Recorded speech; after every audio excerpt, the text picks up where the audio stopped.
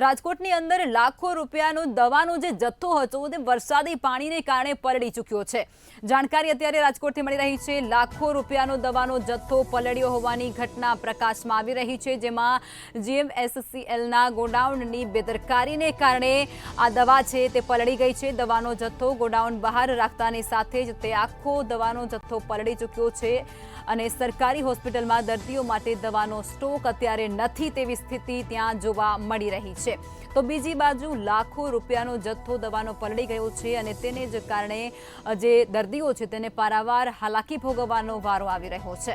રાજકોટથી આ જાણકારી છે। લાખો રૂપિયાનો દવાનો જથ્થો પલળી ચૂક્યો છે, જેના પાછળનું કારણ એવું છે કે GMSCLના ગોડાઉનમાં બેદરકારી ભર્યું વર્તન થયું, જેમાં દવાનો જથ્થો ગોડાઉનની બહાર રાખતાની સાથે જ તે દવાનો જથ્થો આખો પલળી ગયો છે અને બીજી તરફ સરકારી હોસ્પિટલમાં દર્દીઓ માટે હવે દવાનો કોઈ જ સ્ટોક અવેલેબલ નથી, ત્યાં નથી દવા, જેને કારણે જે દર્દીઓ છે તેને પારાવાર મુશ્કેલી ભોગવવાનો વારો આવી રહ્યો છે। લાખો રૂપિયાનું નુકસાન અહીં થવા પામ્યો છે, જેમાં મેનેજરને જાણ હોવા છતાં જથ્થો બહાર રાખવામાં આવ્યો હતો તેવું પણ જાણવા મળી રહ્યું છે। તમામ દવા 2026માં એક્સપાયર થાય છે તેવી પણ અત્યારે માહિતી સામે આવી રહી છે। ત્યારે ગોડાઉન હોવા છતાં દવાનો જથ્થો બહાર રાખવામાં આવ્યો, જેને લઈ લાખોનું નુકસાન।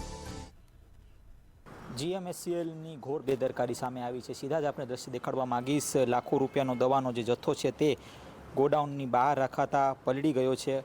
એક તરફ સરકારી હોસ્પિટલમાં ગરીબ દર્દીઓ માટે દવાનો અભાવ ક્યાંક દેખાઈ રહ્યો છે, ત્યાં બીજી બાજુ લાખો રૂપિયાનો જથ્થો છે તે પલળી ગયો છે। ચોમાસા પહેલાં દવાનો જથ્થો ગોડાઉનની બહાર રાખવામાં આવ્યો છે અને તેના જ કારણે કહી શકાય કે આ દવાનો મોટા પ્રમાણમાં જે જથ્થો છે તે પલળી ગયો છે। ખાસ તો જે ભારે વરસાદ વરસ્યો હતો તેના જ કારણે આ ગોડાઉનનું જે સામગ્રી છે, એટલે કે જે દવાનો જે જથ્થો છે તે પલળી ગયો છે। ગોડાઉન મેનેજરને જાણ હોવા છતાં જથ્થો છે તે બહાર રાખવામાં આવ્યો। એક મોટો સવાલ ક્યાંક ઊભો થઈ રહ્યો છે। એક્સપાયરી ડેટ તપાસમાં આવી તો તમામ જથ્થો 2026માં એક્સપાયર થાય છે, આ પ્રકારનો જે વિગતો છે હાલ મળી રહી છે। આપણે દ્રશ્યો પણ દેખાડવા માગીશ।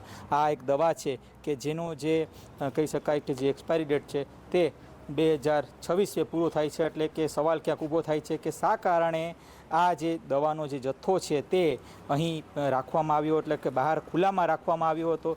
હવે આ તમામ જે દવાનો જથ્થો છે તે હવે વેસ્ટ થયો છે, આ પ્રકારની માહિતી ક્યાંક હાલ મળી રહી છે। ત્યારે ચોક્કસથી સવાલ અનેક ઊભા થાય છે કે કોના કહેવાથી આ દવાનો જે જથ્થો છે તે બહાર રાખવામાં આવ્યો છે। GMSCL દ્વારા સિવિલ હોસ્પિટલમાં દવાનો જથ્થો છે તે સપ્લાય કરવામાં આવતો હોય છે, આ એક પ્રક્રિયા હોય છે। ગોડાઉન હોવા છતાં દવાનો જથ્થો છે તે બહાર રાખવામાં આવ્યો, એટલે કે સવાલ તો ઊભો થાય છે કે શા કારણે આટલી મોટી સંખ્યાનો જે જથ્થો છે તે જથ્થો બહાર રાખવામાં આવ્યો।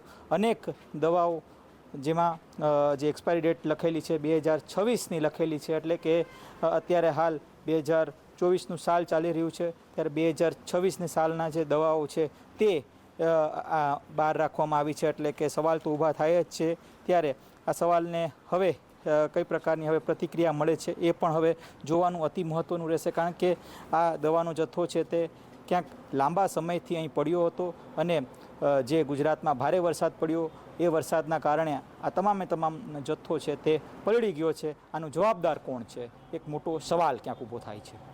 કેમેરા પર્સન લલિત વ્યાસ સાથે ધ્રુવ કુંડેલ, રાજકોટ।